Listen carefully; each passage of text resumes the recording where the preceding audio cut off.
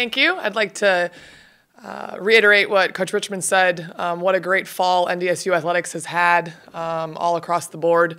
Wish Coach Lopez luck in her last away weekend, and then obviously tournament play for them. Coach Cook had a great conference league schedule and really finished it off hard here at the end. Obviously football is still going strong, so it's been a fun fall, and it's exciting for us winter sports to kind of get our feet wet and get into it now and stop just being the cheerleaders, but being able to be part of the competition. And we are certainly looking forward to putting some of the practices just against ourselves behind us and really starting to focus on improvements and schemes and strategies for our opponents here in the non-conference, and excited to get that started this weekend here with Mayville State and then NJIT.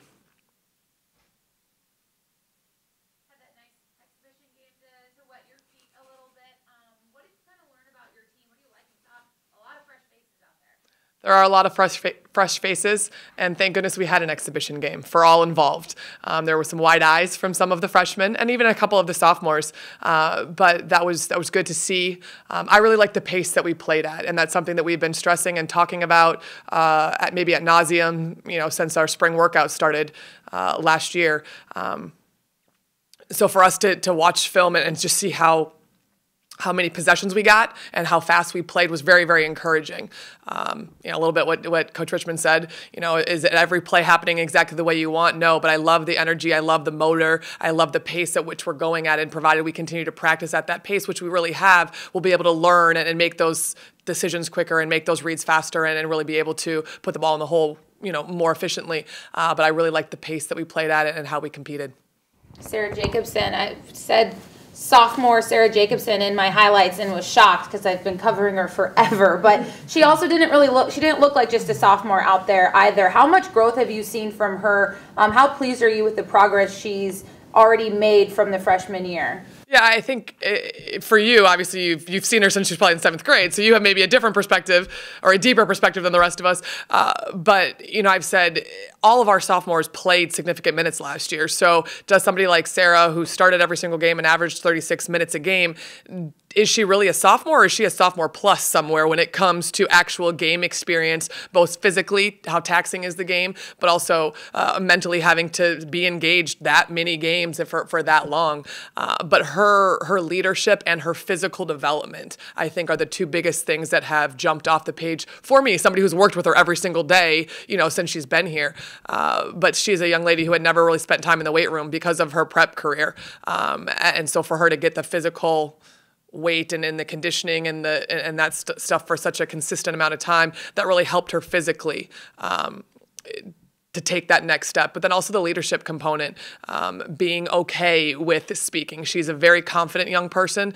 She's very intellectual. She's very smart, X's and O's wise, but there still is some maturity and some comfortability being a freshman, being a new face on the team. When can I push a button? Who can I really get after? When is it my turn just to be silent? And I think she was very engaged in learning that her freshman year. And this year, she was voted team captain by her peers. And so I meet with those captains once a week, and we kind of work through some different things, and her finding her voice and being okay with maybe being a little on the outside or saying the unpopular thing is who she is. And it's been really great to see that leadership in her grow and develop and become more confident. And it does have a direct impact on our team and how we compete in practice and the pace of which we play at, and how and where do we let distractions come in, or how does she help with her teammates kind of keep those at bay. So I've been very, very pleased with her overall progression from her freshman to, I guess, technically her sophomore year.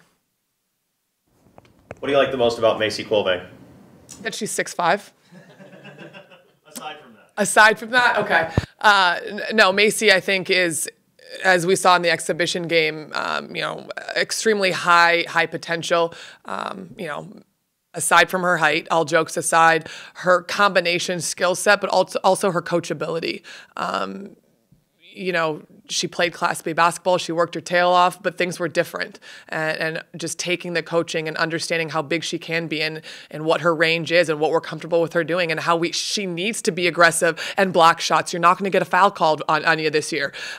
Things like that, just how she's soaking up the desire to be great and for us to coach her and push her. And I mean, you just tell her, Maisie, I need you to be a little bit more aggressive. And her eyes light up and she's like, okay, I can do that. And I mean, to me, that's coachability and that's high motor and that's desire to be great.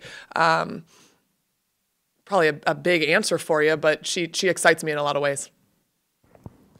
Coach, how valuable is it to have your first 4 games at home, especially with such a young team? Very, very, very valuable. And, you know, a lot of credit to our staff of making that happen, kind of the opposite of what happened to us last year.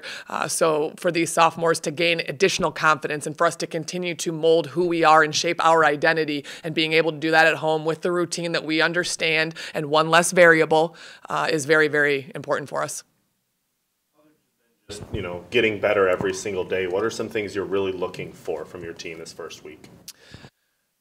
This first week we've talked, this preseason, all these practices, we've talked a lot about emotional maturity and how do we handle different situations, meaning is this a good shot versus making a one more pass for a great shot? How do we compete but also celebrate and congratulate our teammates. And that takes a level of maturity that, quite frankly, we did not have last year.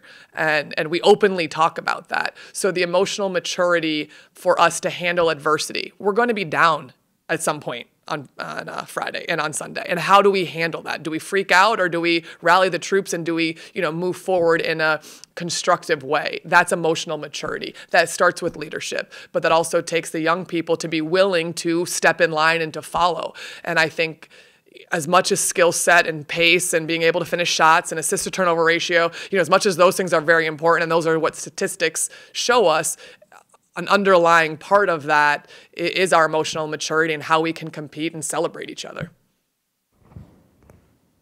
Is there some pressure heading into this season then with just last year being a very young team kind of rebuilding and getting off to a good start? I guess I've never put the word pressure on it. To me, it's more exciting. You know, last year we started 3 freshmen. There was a lot of growing pains that went in with that. And now I see physical development. I see skill set development. I see more confidence. I see more swag in some of those kids. So now they're a year older. I'm more confident and more excited to go into a game or go into any single practice with that larger sophomore class, you know, just having more experience. Now, are there always going to be freshmen? Yes, there's always going to be freshmen. But I see excitement. You can call it pressure. That's not a word that's ever been said in a practice by me or by a player. I'm not trying not to talk about it, but that's just not the vibe or that's not the feeling that we're experiencing right now at all. Very young players, but you also got some pretty experienced older players. What can some of the seniors and juniors bring you? Mm-hmm. You know, Taylor, obviously being the school record holder and made threes, she shoots the ball at a great clip, and we want her to continue to do that.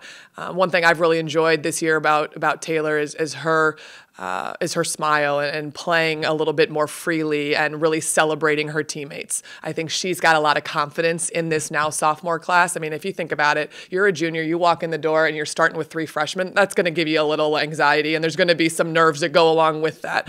But she's definitely demonstrated more confidence in her teammates as they all just have more experience.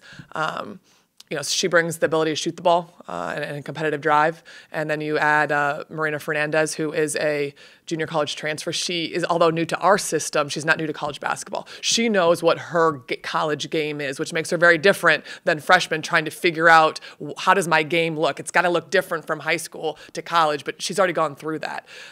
So she definitely brings a calming presence. She's tremendously athletic, very long. She can do a lot of different things.